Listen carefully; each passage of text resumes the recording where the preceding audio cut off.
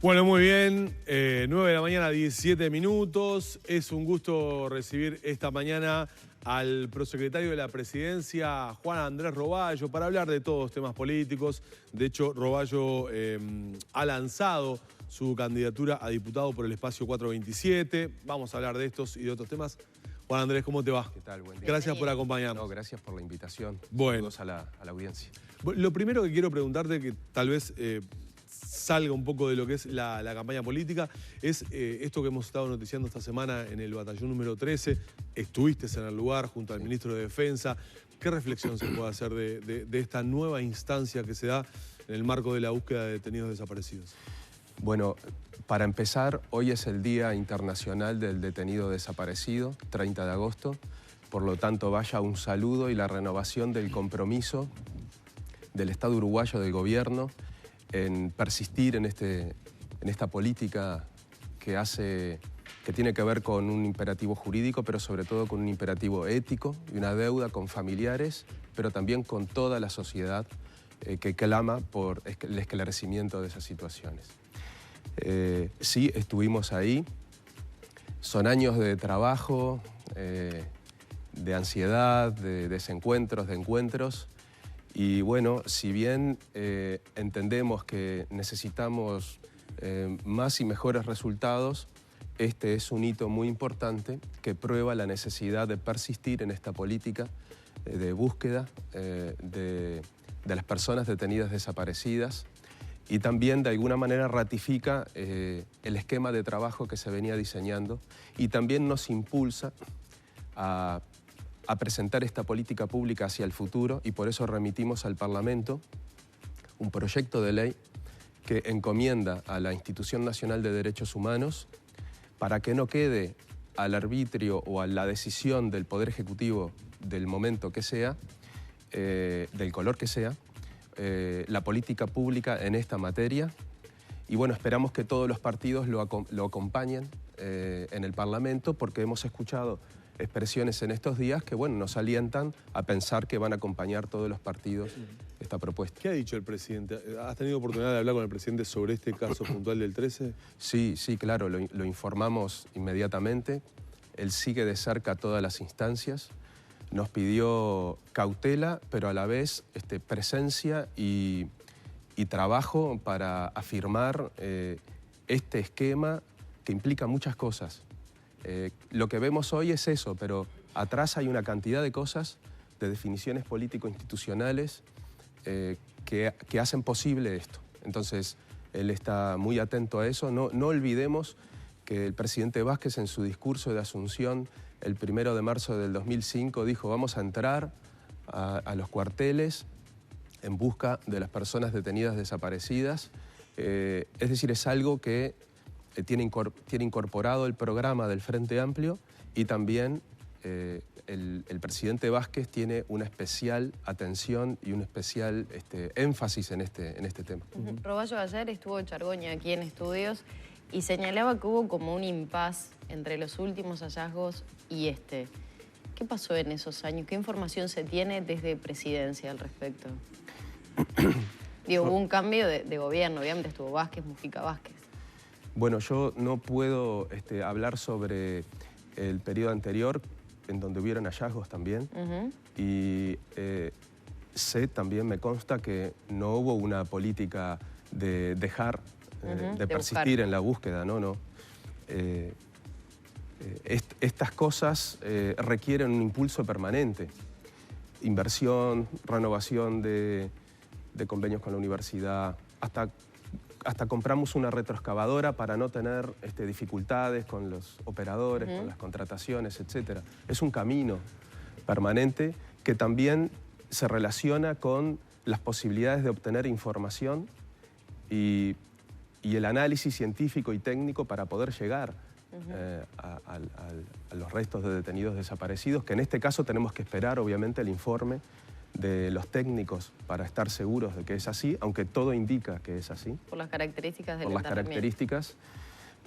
Pero a mí me parece que el impasse tiene que ver con la lamentable posición de quienes participaron en estos crímenes gravísimos de no dar la información. Entonces vamos trabajando como vamos pudiendo para llegar a estos resultados. Lamentamos mucho que quienes estuvieron involucrados en estos crímenes aberrantes, aunque más no sea por compasión con familiares y con la sociedad en general que está conmovida por estas cosas, nos den la información necesaria para poder esclarecer la situación de los detenidos desaparecidos, tener la verdad, justicia y también a partir de esto las garantías de nunca más, porque solo a partir del esclarecimiento, del sinceramiento, de visibilizar bien de qué estamos hablando, vamos a tener garantías en el país de nunca más en el futuro este tipo de cosas. Ahora, hay muchos televidentes y la población en general se pregunta cuánto influyó lo que dio a conocer el comunicador Orlando Pettinati en todo esto, cuando justo se da un tiempo después de estas manifestaciones o las expresiones públicas que realizó. Yo no sé si tiene relación directa o no, creo que no, pero me parece grotesco y caricaturesco la vinculación de eso que se presentó mediáticamente, casi en tono de show. Me parece grotesco para la política de Estado que se viene llevando adelante desde hace muchos años. Me parece que afecta la sensibilidad de todos los uruguayos y particularmente de las de familiares de detenidos desaparecidos. Yo ni siquiera me he detenido mucho ahí porque son de las cosas que sinceramente me parecen embromadas. Uruguayo, vamos a la campaña electoral. ¿Cómo la está viendo? Eso es lindo. ¿Cómo la está viendo? Bien. También que nos hemos decidido a participar también electoralmente. Creo que es un momento... Es una campaña que hasta este momento se puede decir que es una campaña que tiene sustancia, que tiene debate, que tiene ideas. Yo creo que sí, sin ningún lugar a dudas, porque además tiene un componente... ¿No ha descarrilado todavía? Porque había mucha duda. No sé qué es descarrilado. Porque había mucha duda en lo que iba a pasar en esta campaña electoral. Noticias falsas, ataques personales. Bueno, ojalá. Se especulaba mucho. ¿Hasta ahora usted considera que ha sido una campaña de debates y de ideas, de propuestas? Creo que hasta ahora ha transcurrido por los canales normales, esperables, normales, y ojalá se mantenga así, ojalá. Nosotros vamos a contribuir a eso. ¿Y ustedes, particularmente usted, por qué decide tomar este paso? Es decir, dar este salto yendo hacia la Diputación en Montevideo. Sí. Bueno, porque en realidad venía de sectores que diseñaban alianzas electorales de cara a las elecciones y sí, ahora dan un salto.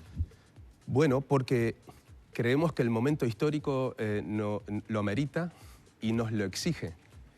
Todos tenemos el discurso de la renovación, de aprovechar lo acumulado en estos años, de aprovechar el gran trabajo de los grandes líderes del Frente Amplio, pero que las nuevas generaciones tenían que asumir las responsabilidades. Para asumir las responsabilidades hay que tirarse al agua. Para asumir las responsabilidades hay que asumir los riesgos. Es medio una patriada lo que estamos haciendo en 2 meses, tratar de lograr eso, pero creo que el proyecto Frente Amplio lo merece, pero sobre todo hay de alguna manera un reclamo digamos, de la sociedad, del electorado, de que no solo tengamos en el discurso el tema de la renovación, las nuevas ideas, el nuevo impulso, los nuevos desafíos, la utopía, sino que la practiquemos. Y se practica tirándose al agua y midiéndose en las urnas. Nosotros acompañamos el Senado de Mario Vergara, con un espacio 427 que está integrado por muchos jóvenes y también por organizaciones fundadoras del Frente Amplio como el PDC. Y ahora tenemos en estos días reuniones con otros sectores pequeños que quieren de alguna manera tener una expresión electoral y agruparnos, pero creo que tiene que ver con eso, con las nuevas miradas, las nuevas caras y las nuevas miradas, los nuevos impulsos, los elementos diferenciales, pero eso hay que ponerlo en práctica y por eso asumimos estos riesgos, no sin dolor en algunos casos. Nosotros dejamos de lado la 738, estuvimos trabajando ahí 20 años, y también el FLS, para acompañar un Senado también nuevo, renovador, con propuestas nuevas como es el Senado de Mario Vergara. Y a propósito, ¿cómo ha visto este resquebrajamiento que ha vivido el Frente de Liber Seregni? Estas situaciones, porque en su momento el Frente de Liber Seregni surgió como un bloque sustancial, importante dentro de la izquierda y dentro del Frente Amplio, como una opción para de centroizquierda, por decirlo de alguna manera. Sí. Y se ha desmembrado, evidentemente. ¿Cómo lo ha visto usted, que participó y que estuvo adentro, obviamente, a través del PDC? Sí. Yo creo que es parte del proceso normal que tienen las organizaciones. Es más, si uno lo plantea en términos de equilibrio y de propuesta sereñista, que no puedo decir, no sostenemos de ninguna manera que en todo el Frente Amplio haya sereñismo, ¿no? Simplemente es para identificarlo de alguna manera. No solo se trata del Frente Liber Seregni.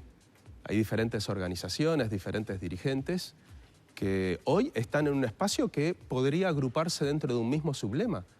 Y ahí, de alguna manera, lo que el proceso histórico quizás está marcando es que lo que era el Frente Liber Seregni, bueno, va a tener una conformación diferente, pero con más oferta, de alguna manera, al electorado, con un componente central importantísimo, que es la renovación. La renovación y un nuevo impulso en este espacio sereñista, que ha tenido propuestas bien concretas y que ha tenido la responsabilidad también de brindarle al país la seguridad y la tranquilidad del trabajo macroeconómico y microeconómico también, con el crecimiento sostenido del país y del salario real, a diferencia de otros periodos de gobierno. Pero eso necesita también renovación y nuevos impulsos en ese camino de responsabilidad, y por eso se generan estas cosas. Yo no lo veo como algo dramático, lo veo como procesos naturales que además, si bien tienen su cuota parte de dolor, no tiene quizá la nota virulenta que tiene en otras organizaciones, y creo que de eso nos podemos jactar con tranquilidad. La fraternidad, el proyecto común sigue estando sobre la mesa, tanto que lo más probable es que vayamos todos bajo un mismo sublema para acumular en el Senado y tener una buena bancada de legisladores cuya seña de identidad va a ser el respaldo y el apoyo al gobierno y la responsabilidad en las políticas públicas en el próximo periodo de gobierno. Roballo, en base a lo que señalan las últimas encuestas, sobre todo, una elección muy reñida de cara a octubre y de cara a noviembre, si se forma esa coalición entre los partidos de la oposición, el Frente Amplio perdería las elecciones. ¿Qué análisis se hace o qué foco se va a hacer en la campaña, sobre todo desde su sector, para un posible cuarto gobierno del Frente Amplio? Bueno, nosotros no nos preocupamos mucho por lo que pase en el sector conservador, digamos, de partidos tradicionales, que están mucho más desmembrados en partidos, ¿verdad? El Frente Amplio, colcha de retazo si se quiere, pero unida en un programa único, en acción en común, con las diferencias y los equilibrios, pero en un proyecto único. Del otro lado tenemos una dispersión que va desde la derecha hasta la extrema derecha, con expresiones en los últimos días que ya ni siquiera como político, como uruguayo, me preocupan mucho. Retrocesos en materia de derechos, el retroceso en materia de derechos, las expresiones del escribano Domenech nos dan escalofríos, porque además representan algo. Y esas son las cosas que nos preocupan. O las recetas neoliberales también, que un poco maquilladas nos está presentando también la oposición, y que ya tuvimos muestras de eso en la década de los 90, son las mismas recetas. Pero nosotros creemos que en este esquema lo que se presenta como una dificultad en términos relativos es parecido a lo que teníamos como dificultad en el proceso electoral pasado. Yo estaba en el comando electoral del doctor Tabaré Vázquez y teníamos este tipo de cosas todo el tiempo, pero nosotros creemos que más que fijarnos en eso, que es una herramienta, yo no la desprecio de ninguna manera, pero también creemos que el proceso que hace la gente en el análisis de aquí al 27 de octubre es algo diferente a lo que podemos evaluar a primera vista. Ahora, ¿usted cree que eso pesa más para el uruguayo de a pie que lo que se critica por parte de la oposición, como es la inseguridad, los problemas en materia de seguridad pública, a nivel de educación pública. De hecho, son las principales manifestaciones por parte de la oposición. ¿Para el uruguayo pesa más todo eso que dice usted que lo que plantea la oposición? Lo que yo creo que para el electorado, y yo me pongo también, soy un elector también, pero yo también soy un elector. Tengo hijos, familia, amigos, yo quiero lo mejor para el Uruguay. No hay ningún sujeto patológico que quiera el mal para la gente, ni en el Frente Amplio ni en la oposición, yo no puedo decir eso. Pero sí hay proyectos diferentes. Y acá es la clave, la gente que mira políticas de mediano y largo plazo. Hay metas que no se alcanzan en algún área concretamente, pero la gente ve la política de fondo. Para poner un ejemplo concreto, en las materias que tú decís, si la gente ve que en el Sistema Nacional Integrado de Salud pueden haber errores o pueden haber dificultades, como ahora en 33, y se actúa para corregir esos errores, eso es algo puntual que tiene que arreglarse. Pero la gente que mira la política de fondo, que es lo que queda. ¿Y cuál es la política de fondo? Un Sistema Nacional Integrado de Salud que pasó de tener cobertura para 750.000 personas en el 2006 y hoy hay 2.500.000 personas. Entonces, ¿qué va a mirar la gente? Si estoy cubierto o no y mi familia está cubierta o no. Y claro que hay que mejorar los tiempos de los especialistas, etc. Pero hoy hay casi 2 millones más de personas cubiertas que en el 2006. Eso es lo que mira la gente. En materia de educación, claro que hay desafíos mucho más importantes en la educación secundaria, por ejemplo, pero todas las familias que hoy llevan a sus hijos a los centros CAIF, 15.000 niños más, y esa política sostenida en el tiempo, la que va a mirar esas personas es si los partidos le están proponiendo mantener eso o llevarlo para atrás. Esas son las cosas que van a definir. ¿Para usted, si gana la oposición, hay recortes o habrá recortes en políticas sociales? Bueno, si yo leo los programas y las expresiones de los candidatos, sí. ¿Usted afirma que va a haber recortes en políticas sociales? Los programas por lo menos proponen eso. Lo que me dicen los candidatos de la oposición y lo que me dicen sus programas es eso. Porque si a mí me dicen que es el mercado el que va a resolver algunas cosas, el mercado no mete a casi 2 millones de personas en el Sistema Nacional Integrado de Salud. El mercado no crea un plan Ceibal que uno dice, bueno, pero eso es del 2005.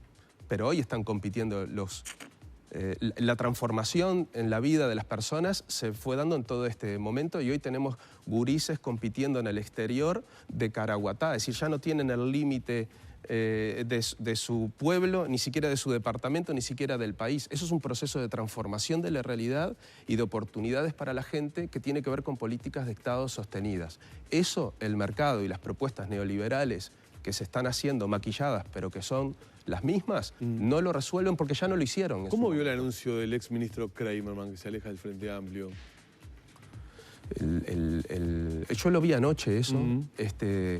No sé, me parece una cosa, es decir, si uno se pone a mirar ejemplos, hay ejemplos diversos de personas que dejan el Frente Amplio, que se ingresan al Frente Amplio. Yo que sé, por ejemplo, el acuerdo de Amado con la forma. Yo creo que es parte de la...